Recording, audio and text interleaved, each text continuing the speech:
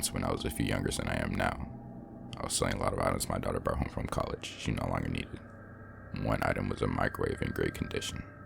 I already had one, so I decided to sell this one online. I often use Craigslist without any problems, so of course, I'm not thinking of any dangers that could arise. Well, I soon put myself in a pretty dangerous position. A man, he sounded young, called inquiring about the microwave. I seriously wanted someone to pick it up, but he said he was taking care of his sick father and couldn't leave him, but he really needed the microwave. He told me where he lived, which really wasn't far from me, an apartment building on the side of town that was relatively safe, so I agreed to take it to him.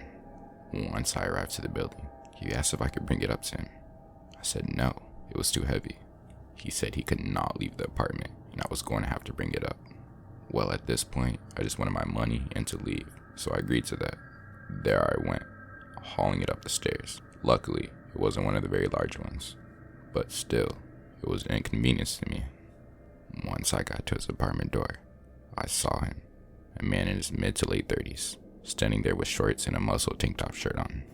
Behind him were lots of barbells and weights for bodybuilding. He was in magnificent shape, with huge muscles. He said, "Oh, please, set it down here," motioning to the kitchen counter. Okay, that required I enter the room, which immediately I felt uncomfortable.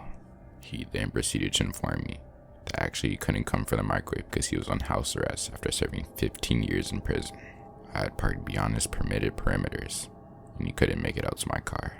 All I felt was every ounce of blood run out of my body at that moment, or so it seemed that way.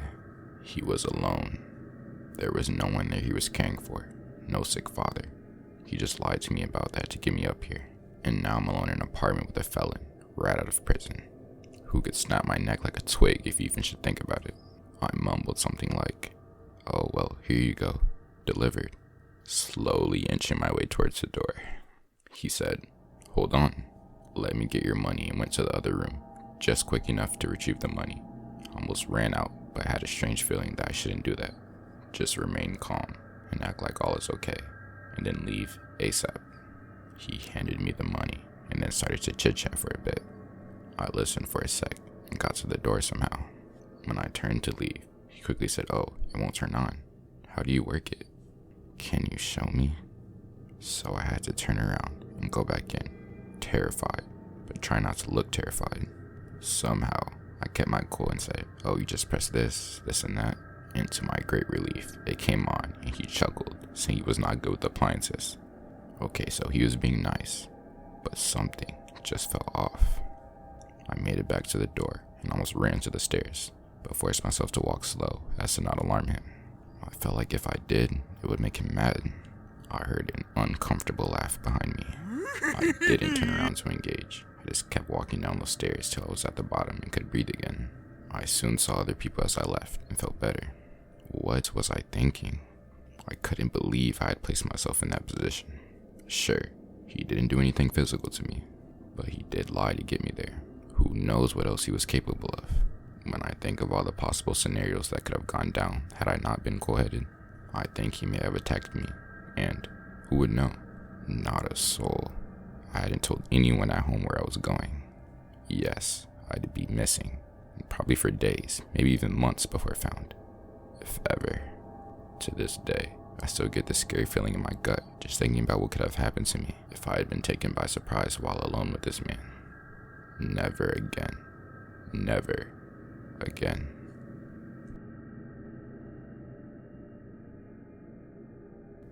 When my husband and I first moved in together, we decided to get a few cheap furniture items from Craigslist. I browsed around and saw a pair of bedside tables that a woman was advertising that was gorgeous and in great condition. I messaged her and she said to come pick them up and I could have them for free. I was shocked she would just give them away. She originally advertised them for $50, but now she said she just wanted them gone. She was a bit far away, but we thought it would be fun to take a little road trip anyway. Stop and look at the countryside on our way there. After a scenic 4-hour drive, we got to the woman's house. We were both immediately overcome with a creepy feeling we could not explain. We joked about her being a serial killer before we got out the car. Her house was falling apart. Her lawn was so overgrown, we could barely see where her front yard was, and all around there was statues of human-animal hybrid creatures, like gargoyles almost. We walked up her garden path, which was filled with uncut tall grass, and knocked on her door. While we were waiting, I noticed she has wind chimes on her deck made of steak knives. I nudge my husband and point them out to him. He just shrugs.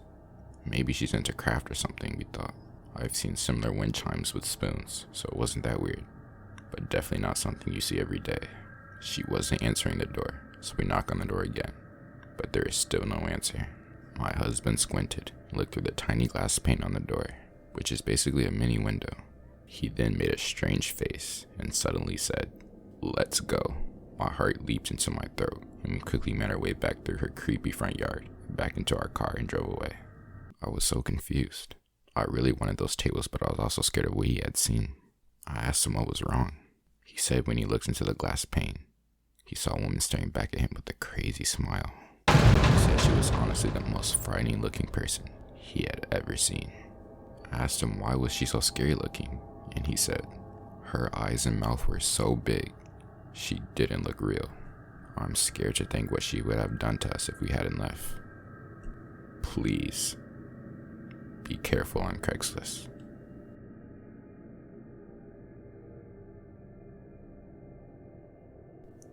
I was new to a big city and decided I didn't need my car anymore. I listed my car for sale, a 60-year-old Honda Accord. A normal, well-dressed man comes over to see it after a few phone calls about it. He's in his early 40s, and his name is James. He's buying it for his daughter in college. I always have my guard up when dealing with strangers, but so far, James is personable and seems legitimate. He test drives it with me, he does a thorough inspection, he negotiates the price with me for a while. He asked me to hold the car for 2 days so he can get the money and come pick it up. I agree, a 2-day hold, or I won't sell it to someone else. 2 days later, James follows up and we meet again.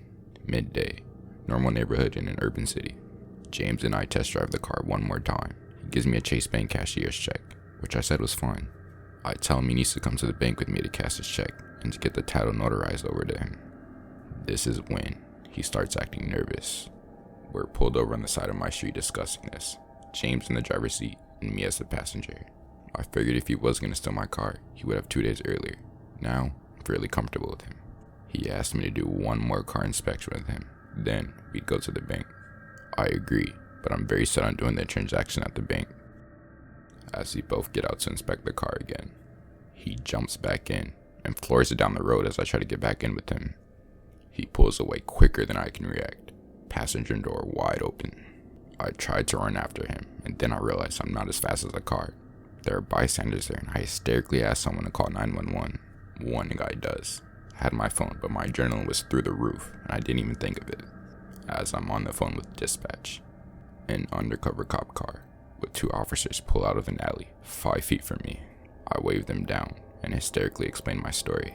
They tell me to hop in the back of their car, which I do. I implore them to hurry. We can catch this guy. He just drove off. I explain the car plate and everything.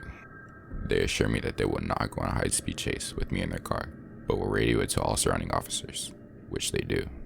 The guy gets away, and the officers drop me off at their police station to file a report. I file an insurance claim too, and I'm so mad at myself for letting this happen. I suppose it's better as if I was in the car with this guy, but I'm still mad. And of course, James' burner cell phone doesn't work anymore as soon as he had left. I go through insurance and their protocols to ensure I'm not committing fraud for about 3 months. The week I'm supposed to get paid, I get a call from the police. They found the car 3 states over. James was working with a partner in crime. Don't remember his name. Let's call him Garrett. James stole the car and gave it to Garrett to sell so it wasn't traceable back to James, and Garrett would have plausible deniability if he was ever questioned. Well, Garrett sold my car to an average Joe who actually did have a daughter in college who needed a car. The daughter tried to register her car at the DMV, and it came up as stolen. So the cops arranged for me, Joe, and Garrett to meet with them at the police station for a little chat. Garrett denies any involvement with James, but agrees to give us the money back that Joe paid him if he can just leave without any problems. We all agree to this. The average Joe and his daughter can keep the car, and I'll take the money from Garrett. So eventually, I got paid for my car, but this experience was horrifying and was very stressful. Since then, I bought and sold cars on Craigslist again, so I guess no lesson was learned, except now I Took a photo of the driver's license with all people I interact with at the start.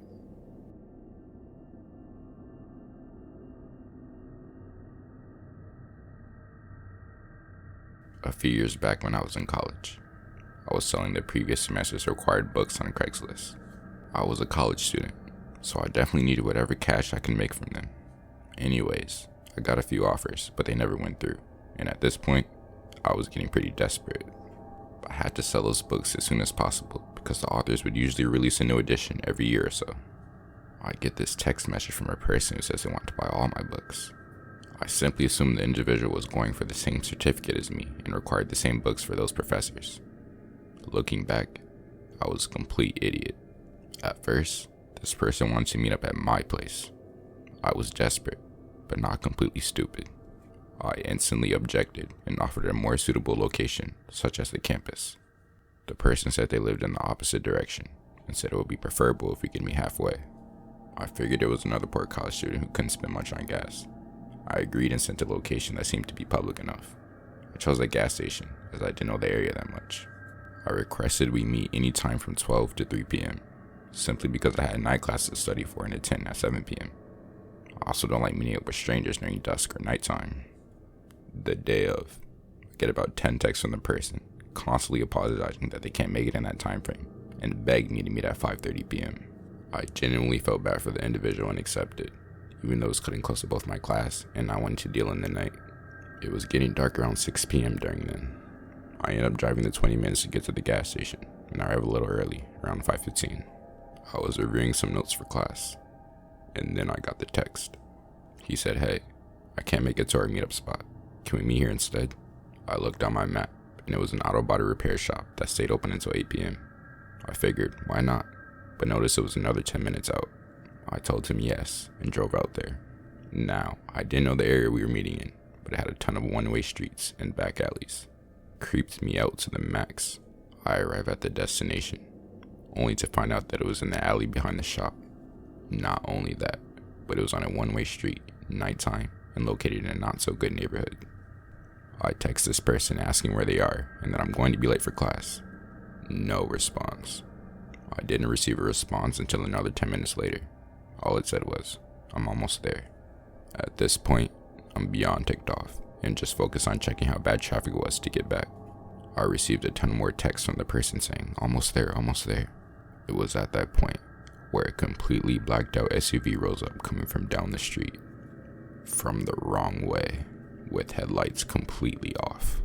All of the windows were completely tinted, with at least 75% window tinting. I panicked a little inside, until I saw the 4 people in the hoodies get out. Then I panicked even more. All I had in my mind was to get the heck out of there. Remember, the street is a one-way. I couldn't go forward because their SUV was blocking the road in front of me. I freaking threw the car into reverse and floored it out of there.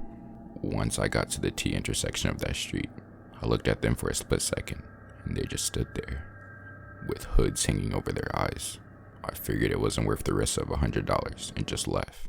Needless to say, I left knowing for the next time to 1. Bring another individual. 2. Never meet at night, regardless of you or their circumstances. 3.